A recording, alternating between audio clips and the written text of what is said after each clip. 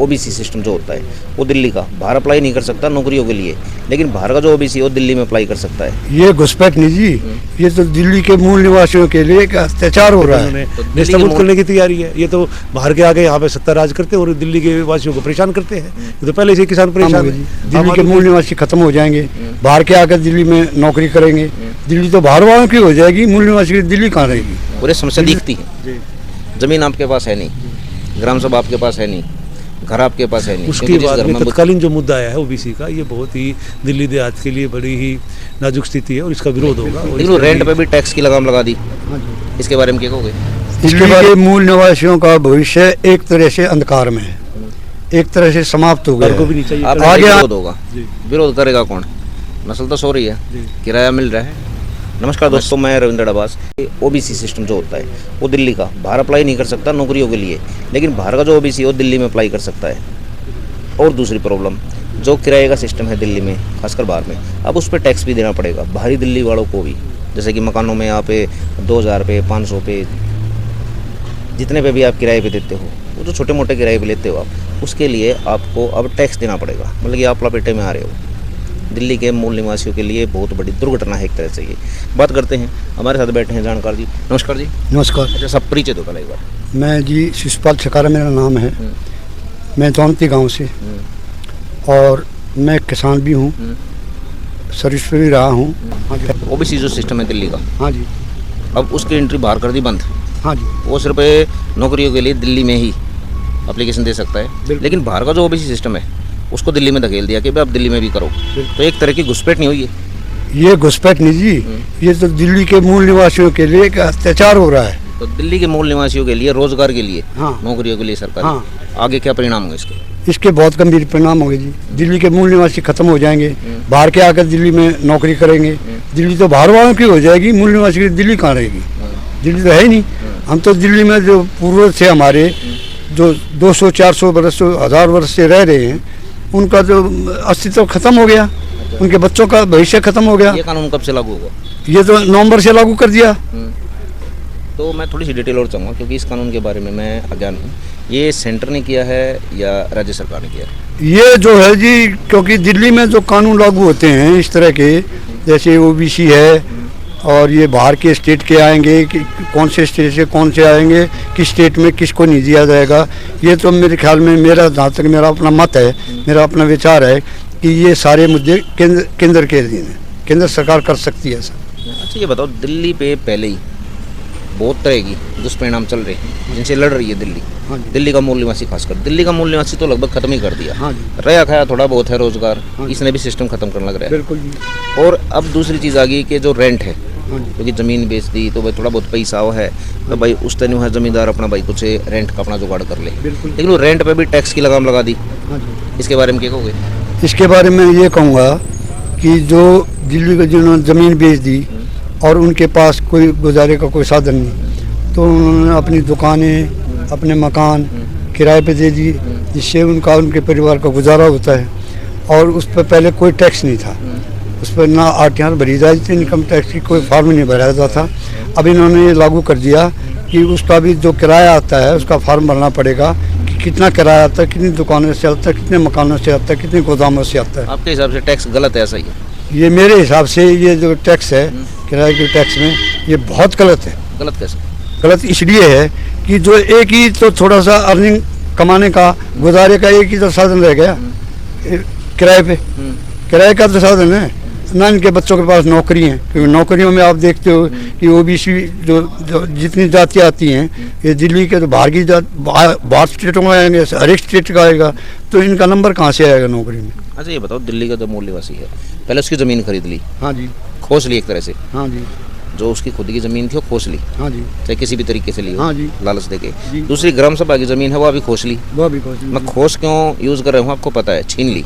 छीन ली। अब रोजगार आपने बता दिया, ये जो ओबीसी का घुसपैठ का सिस्टम बनाया, हाँ जी। इसके हिसाब से रोजगार भी खत्म। अब ये रेंट का थोड़ा बहुत काम रह गया था, हाँ। अब इसमें भी दखलंदाजी कर दी। तो भविष्य क्या देखते हो दिल्ली के मूल निवासियों का? दिल्ली के मूल निवासियों का भविष्य एक तरह से अंधकार में है, एक तरह से समाप्त हो गया है। आगे आने वाले जो हमारी पीढ़ियां हैं, उनका पता भी नहीं लगा कि दिल्ली के मूल निवासी है या नहीं है। अच्छा, ये बताओ, देखो किराया जो आओ ना, पहले जैसे कि आपने कही थी मतलब भाई मैं जमींदार भी हूँ, पहला जब जमींदारा कराया करते जी तो मेहनत कराया करते, फालतू बात तो टाइम रहा को ना करता। ना जी। लेकिन ये भी क्या होगा, मोटे मोटे पेट हो गए, हाँ जी। किराया खावाएं, हाँ जी। और जो नई नस्ल है हाँ जी। उनका इन चीज़ पर कोई खास ध्यान है नहीं, हाँ जी। तो दोनों तरफ से गलत हो रहा है। हाँ जी। नस्ल सोन लाग रही है, हाँ जी। आड़कसी होगी, और कैसी हो गई, और ये जानकारी नहीं, जानकारी नहीं है। एजुकेशन नहीं, ना जी। और ऊपर से सिस्टम इतने लगा दिए। हाँ जी। तो मेरे ख्याल से एक या दो पीढ़ियाँ पकड़ेंगे दिल्ली के मूल निवासी। बिल्कुल आपने सही कहा, ये आपने बहुत अच्छी बात कही, ये बहुत मुद्दे की बात कही कि इनका दिल्ली वासियों का जो अस्तित्व है वो एक तरह से आगे आने वाले भविष्य जो बच्चों का है वो समाप्त हो गया है। हमारे बच्चे कहाँ जाएंगे, क्या करेंगे, उनके रोज़गार के क्या साधन होंगे, इसके बारे में क्या कहा जा सकता है, क्योंकि अलग अलग कानून आ रहे हैं, अलग अलग सिस्टम बना रहे हैं। तो एक तरह से सारा जीवन दिल्ली देहात का और हमारे गुजारे का जो साधन है वो एक तरह से समाप्त कर दिया गया है, और हमारी भूखे मरने की जो है नौबत आ जाएगी हमारे बच्चों के लिए। उनका भविष्य इतना, नस्ल और फसल खत्म, नस्ल और फसल दोनों खत्म हो जाएंगे। चलो ठीक है महाराज जी। देखिए महाराज जी ने बात बड़ी बढ़िया बताई, लेकिन ये सच्चाई है। पहले आपकी खेती ले ली, वो किसी भी तरीके से ली हो, चाहे करोड़ों में, चाहे लाखों में, चाहे हज़ारों में। दूसरी ग्राम सभा की ज़मीन ले ली, आपके पास ज़मीन खत्म हो चुकी है। मालिकाना हक दिल्ली के मूल निवासी के पास है नहीं। जिस घर में जो उनका पुश्तैनी घर है उसमें मालिकाना हक नहीं है दिल्ली में, तो समझिए ना खेत रहा ना घर रहा। अब रोज़गार है, ओबीसी की जो घुसपैठ चल रही है बाहरी राज्यों से, वो दिल्ली में जो कराई गई है, उसके हिसाब से अगले 1-2 पीढ़ियों के बाद दिल्ली के मूल निवासी के पास रोज़गार भी नहीं रहेगा। फिर उसके बाद आ गया थोड़ा बहुत जो किराए का सिस्टम बना रखा है, मजबूरी है किराए का बनाना, कोई खुश नहीं है लेकिन ऑप्शन यही है। उसके बाद भी टैक्स की उसमें घुसपैठ हो चुकी है। अच्छा इन्हों बताओ, महाराज जी ने समस्या बताई और ये समस्या दिखती है। ज़मीन आपके पास है नहीं, ग्राम सभा आपके पास है नहीं, घर आपके पास है नहीं, क्योंकि जिस घर में वो दिल्ली का मूल निवासी है उसका मालिकाना कागज़ किसी के पास नहीं है। बिल्कुल ठीक है। ये जो रेंट का थोड़ा बहुत सिस्टम बनाया था उसमें भी घुसपैठ होगी। रोज़गार जो आपकी औलादा के लिए है, जो आपकी औलाद आऊँगी, आगे पीढ़ियाँ आऊँगी, वे रोज़गार भी तो तलाशेंगी। वो बाहर अप्लाई कर नहीं सकता जैसे कि इनका कहना है।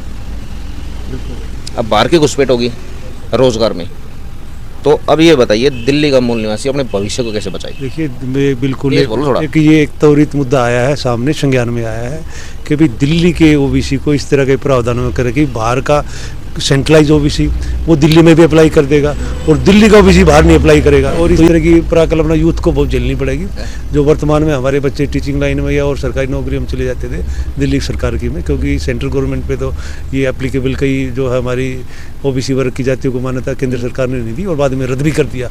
उसके बाद में तत्कालीन जो मुद्दा आया है ओबीसी का, ये बहुत ही दिल्ली देहात के लिए बड़ी ही नाजुक स्थिति है और इसका विरोध होगा, और इस तरह की परिकल्पना सरकार को भी नहीं चाहिए। आपने कहीं विरोध होगा, जी विरोध करेगा कौन? नस्ल तो सो रही है, किराया मिल रहा है, अपने आराम से बैठा है, कोई सिस्टम इतनी चिंता है नहीं। दूसरी सब बल्कि बाहर का जो आदमी आएगा ना दिल्ली में, ठीक है, उसकी बाट देखने लग रही है कि भाई किराया और बढ़ेगा, रोजगार और बढ़ेगा। विरोध कैसे करोगे? दूसरी बात जो आप किराए की बात कह रहे हैं कि विरोध कैसे करोगे? किराए पे जो है इन्होंने क्या है कि वो लगा दिया टैक्स, तो ग्रामीण प्रवेश की आबादी का जो प्रारूप है वो रेंट पे आधारित है। पूरी साउथ दिल्ली का लगा लीजिए आप काफ़ी समय से, अब उत्तरी दिल्ली का और आप पश्चिमी दिल्ली का लगा लीजिए, उधर कुछ पश्चिमी दिल्ली के भी, पूर्वी दिल्ली के भी हिस्से हैं जो किराए पर आधारित है। तो रेंट जो दिल्ली के मालिकाना हक की प्रारूप था, पहले तो मालिकाना हक नहीं है, दूसरा रेंट पे भी जो इनका दिल्ली का किसान है, रोजगार है, कमेरा वर्ग है, जो पुश्तैनी और मूल वासी जो बैठे हैं अपनी ठिकाने पे, अपने मालिका हक पे या अपनी जगह पे, उस पर रेंट का बताओ क्या प्रावधान है, किस तरह का सिस्टम सरकारों ने किया। ऐसा तो कहीं भी नहीं है, किसी भी देश में नहीं है, समस्या है। इन्होंने भी यही बताई, मैंने भी यही बताई, करोगे क्या? देखिए हम करेंगे, इसका विरोध करेंगे, अभी चुनाव आ रहे हैं, इस पर इसका बिल्कुल रुख अख्तियार किया जाएगा और पूरा इस तरह का विरोध हम करेंगे बाहरी रोष में कि इस तरह का तो बिल्कुल दिल्ली देहात को देख के समझे तो इन्होंने नेस्तबंद करने की तैयारी है। ये तो बाहर के आगे यहाँ पे सत्ता राज करते हैं और दिल्ली के वासियों को परेशान करते हैं। ये तो पहले से किसान परेशान है, आम आदमी परेशान है, युवा वर्ग परेशान। भाई देखिए नेताजी ने भी यही बात बताई, बोला विरोध करेंगे, तो और धरना था तैयार हो जाओ। दिल्ली फिलहाल धरने करने लग रही है और धरना को स्थल बना लो, होना जाना कुछ है नहीं, क्योंकि सिर्फ धरना में थारा टाइम जाएगा और बाहर के नेता होंगे, बाहर के आदमी होंगे, वोट बैंक बाहर का होगा, तो उनको एमएलए और पार्षद बनाने के लिए, सांसद बनाने के लिए तैयार हो जाओ और उनकी चाकरी करनी है आपने, क्योंकि भविष्य दिल्ली का फिलहाल यही दिख रहा है। दिल्ली के मूल निवासी की पहचान धीरे धीरे खत्म हो रही है और दिल्ली की भी पहचान खत्म हो रही है। नमस्कार दोस्तों, मैं रविंद्र डबास।